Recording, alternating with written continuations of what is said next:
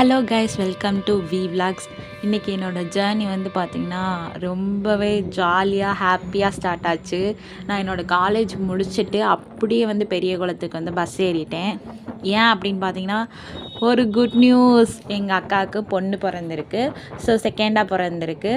ரொம்ப ரொம்ப ஹாப்பியாக இருந்துச்சு. நான் அது வரையுமே நினச்சேன் ப்ராஜெக்ட் ஒர்க்கை பார்ப்போம், லீவ் விட்டால் போவோம் அப்படின்ற ஒரு மைண்ட் செட்டில் இருந்தேன். பிறந்துருச்சுன்னு கேட்கவுமே என்னால் வந்து இருக்கவே முடியல. உடனே வந்து போகணும், பாப்பா வந்து பார்க்கணுன்ற ஒரு எக்ஸைட்மெண்ட்லேயே எனக்கு அன்றைக்கி ஆக்சுவலாக செம்ம தலைவலி. இருந்தாலும் நான் போனேன்.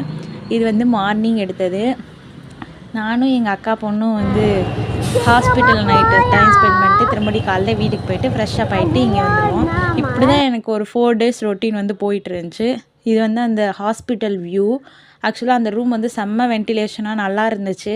அப்புறம் குட்டி பாப்பா வந்து வெயிலில் வந்து சன்பாத்துக்கு கூட்டிகிட்டு வந்தோமா, அங்கே வந்து பார்த்தா சுற்றி மலை, சூப்பர் வியூ, நல்லா இருந்துச்சு. ரொம்ப ஒரு மாதிரியாக இருந்துச்சு.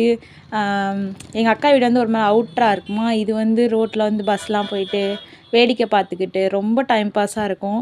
நானும் எங்கள் அக்கா பொண்ணும் இந்த வேலை தான் பண்ணுவோம். மேலே வந்து வியூவை என்ஜாய் பண்ணிட்டு ஓடிடுவோம். காலையில் பார்த்திங்கன்னா இப்படி தான், இல்லாட்டி ஈவினிங் இந்த மாதிரி தான் வந்து சன் வந்து சூப்பராக இருக்கும். அந்த வியூ, அந்த ரூமு, எனக்கு அந்த என்விரான்மெண்ட்டு எல்லாமே ரொம்ப ரொம்ப பிடிச்சிருந்துச்சி. அந்த 4 டேஸ் தூக்கம் இல்லை. காலையிலையும் தூக்கம் இருக்காது, நைட்டும் தூக்கம் இருக்காது. ஏன்னா பாப்பா வந்து முழிச்சிட்டே இருக்கும். ஒரு ஹாப்பியான எண்டிங்கோட முடிக்கிறேன். பாய்.